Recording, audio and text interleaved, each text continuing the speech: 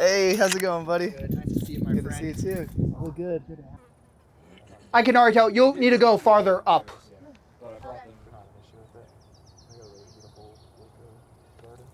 Camera slides over to where now she's the frame left side picture here.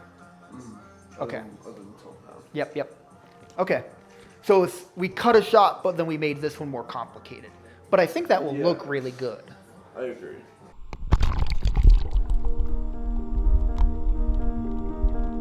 Hi, my name is Nick Hertsuka, and I'm the writer and director of Drifting. So I feel like you have to be kind of like a here to start. In order to direct a film, let alone to write and direct a film, it has to be incredibly personal to me. The story that's being told as well as the themes that the story is about. I was in a place that I'm sure many can relate to where you're just kind of lost in life, especially post-graduation. I also knew for the longest time that I wanted to direct an experimental film. I can't tell you how many times, whether it was in post-production with my editor or pre-production with my director of photography, where we would come up with an idea but then would go, no, that's too crazy, the audience will never buy it. So I felt compelled to finally do an experimental film, so my team finally could have the excuse of, you know what, we're just gonna do it because that's the nature of the film. Whatever crazy ideas that we have for a scene, let's just go all out. So then it hit me, what if I made a film where the entire premise was about seeing the dreams of this character, and we don't know anything about their waking life. We just have to figure out who they are, what they want, their fears, their aspirations, all by watching their dreams. So team, locking down script. Crew will probably be a bigger priority, but I'm pretty sure I've told you who I have in mind casting-wise. Now, this protagonist started kind of just as a personification of all the feelings that inspired the film. Someone who's reserved while also very passionate, but just a bit insecure in where she'd go next in life. And I tried to stay very open-minded while I was writing the film about who could play this character of M. But just one face kept popping up as I read through different scenes every time I did a revision, and that was Kelsey Brown. And as I began writing the film, I came up with the character Chloe very early on. And I knew almost immediately that I wanted Skylar Fast to play the character of Chloe.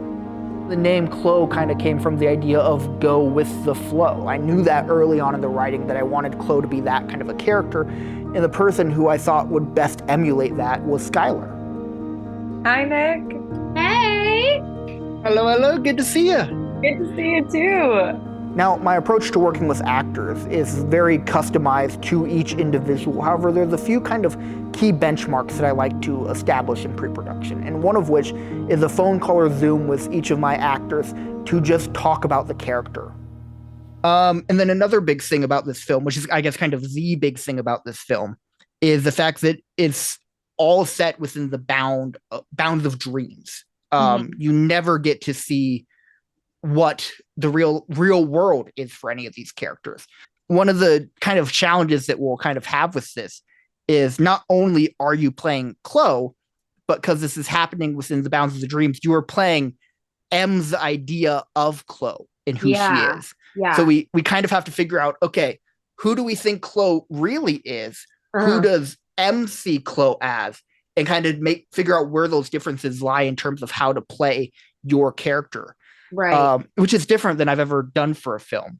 So it just adds all these different things for us to kind of play with and keep in mind with this story.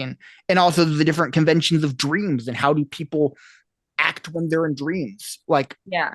I know a big one for me that I think will be the case with especially you is the idea of like when something weird happens, you might get like a half beat to question it, but then you have to right after that buy into that reality. Yeah. Chloe, on the other hand, is a part of this dream. I don't think she gets to question any of the absurdities of the dream, just kind of taking it and running with it and seeing anything that kind of happens as just, yeah, that happened. Of course that happens. Yeah, I just accept it. I'm like, oh yeah.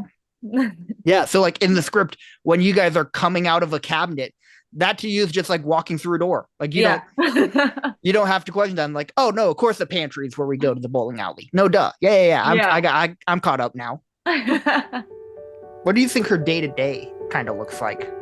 Well, I think her day-to-day is almost really boring, which is like kind of why I imagine her imagination is like her dream are like so creative because it's like living out these things that probably she unfortunately isn't doing in her everyday life right now.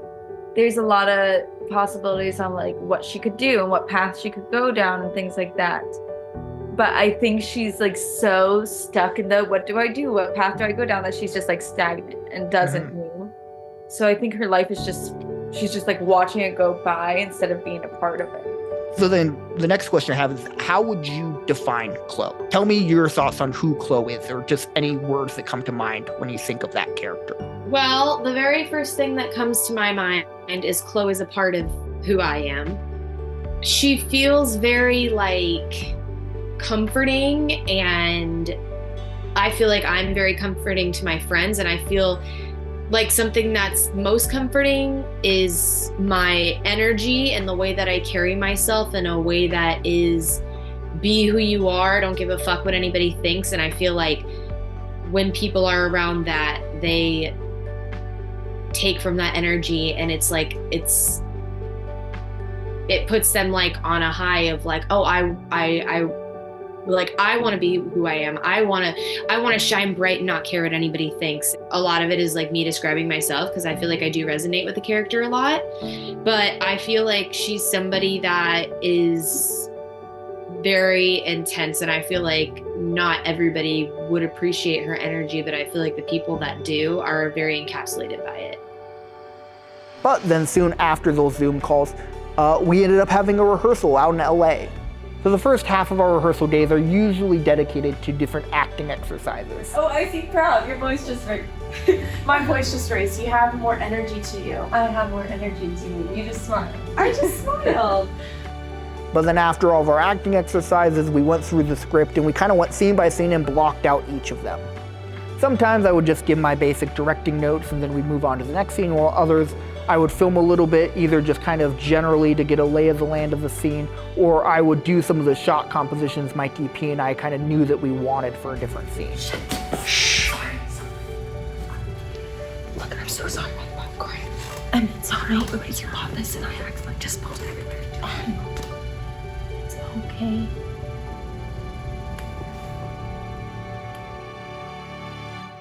Which is now when I want to talk about one of the other characters in this film, the character of Caitlin. Now, Caitlin as a character was inspired by several different things, one of which is I had several different friends who were very close to their younger sister. Either they kind of raised said sister, or they were just very tight, even with an age gap, but for one reason or another, they had to move away from said sister. And I talked to those people, and they just had that sinking feeling that they couldn't be there for these key moments of their younger sister's life. And just through some of the work that I do, I'm fortunate enough that I get to mentor many young people, and I get to see them grow up and be a part of their lives. There are two primary people who I've mentored that have inspired the character of Caitlin, and one of which was Caitlin Carr, who ended up playing the character in the film. People who I've been a mentor figure to for at least 4 years of their life, working with them every week.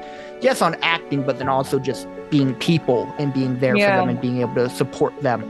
But now I'm at this point where I can't be there for them in that same way that I've been able to for so many years now. And Della especially, I have pictures of her when she was a fourth grader with, you know, the giant bow on her head, the big round glasses, the brightest little smile you've ever seen. Oh my gosh, she's so cute.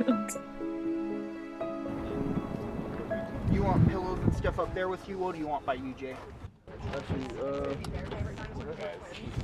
Hello. Hello. How are you doing today? I'm good. How are you doing? Doing great. I can't believe I've known about this project since December, so it's just so cool to be able to see it actually happening and going on. This role is a lot different than any of the other roles I've ever done. It's really based on imagination mostly, but luckily Nick has been working with me a lot, and he makes me meditate, and he helps me work in my imagination, which has helped me significantly. I could not have done this at all without Nick. Start looking that way. Okay. Day one was when I got to meet all the crew in person. I was emailing and texting a lot of them, so it was nice to finally put a face to the name. So we started with the movie theater scene, which is about halfway through the script. I actually really enjoy doing that, even though sometimes going out of order can be a little like scary and stressful. But that's one of my favorite scenes in the entire script because it's one of the actual good dreams she has. She has a lot of nightmares in this thing. So the fact that she has this dream and it's like purely about connecting with this girl she has a crush on, I loved it. And I'm also just so excited to see how it turns out because it's a big montage thing. Day 2 was when we went to Route 66. We did a driving scene, was very happy I was not the one driving the car. Happy Skylar got put in charge of that.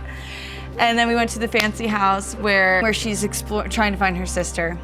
And then day 3, we did the wash in the apartment. That was fun. We were all getting bitten up by mosquitoes in the wash. Bonding experience for sure.